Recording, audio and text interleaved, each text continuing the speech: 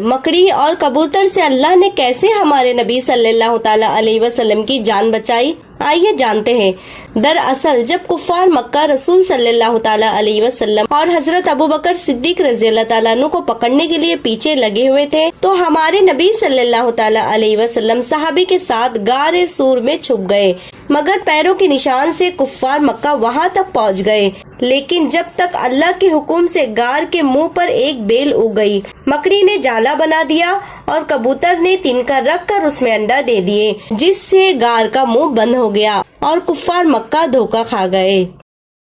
एक यहूदी आप सल्लल्लाहु ताला अलैहि वसल्लम के पास आया और एक खजूर की गुठली देकर कहने लगा कि इस गुठली को जमीन से लगाने से अगर एक दिन में ही दरख्त बन जाए और इस पर खजूर भी आ जाए तो मैं आपको अल्लाह का रसूल मान लूंगा।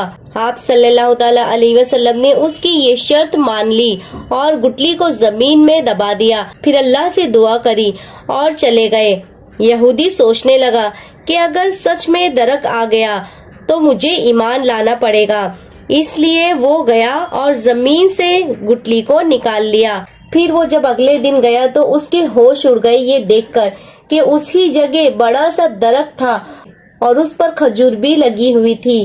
फिर जब उसने खजूर को खोला तो फौरन बोल उठा कि इसमें तो गुठली ही नहीं है। आप सल्लल्लाहु ताला अलैहि वसल्लम ने कहा कि गुठली तो तुमने कल शाम ही को निकाल दी। ये मौजिज़े को देखकर वो यहूदी ईमान ले आया और आज तक मदीने में बिना गुठली वाली खजूर पैदा होती है। नमाज की खूबसूरत बातें जो एक मुसलमान होने के नाते आपको पता होना चाहिए। नंबर 1, फजर की नमाज मौत के वक्त आपके काम आएगी। ज़ोहर की नमाज कब्र में आपके काम आएगी। असर की नमाज मुनकर नकीर के सामने काम आएगी। मगरिब की नमाज हिसाब किताब के वक्त आपके काम आएगी और इशा की नमाज पुलसिरात के वक्त आपके काम आएगी। बेशक नमाज बेहतरीन साथी है। वज़ू में 4 फ़राइज़ है। पहला, पेशानी के बालों से लेके ठोड़ी के नीचे तक और एक कान किलो से लेके दूसरी कान किलो तक पूरा चेहरा धोना। दूसरा, कोहनियों समेत दोनों हाथ धोना। तीसरा, चौथाई सर का मसा करना। चौथा, दोनों पैर टखनों समेत धोना।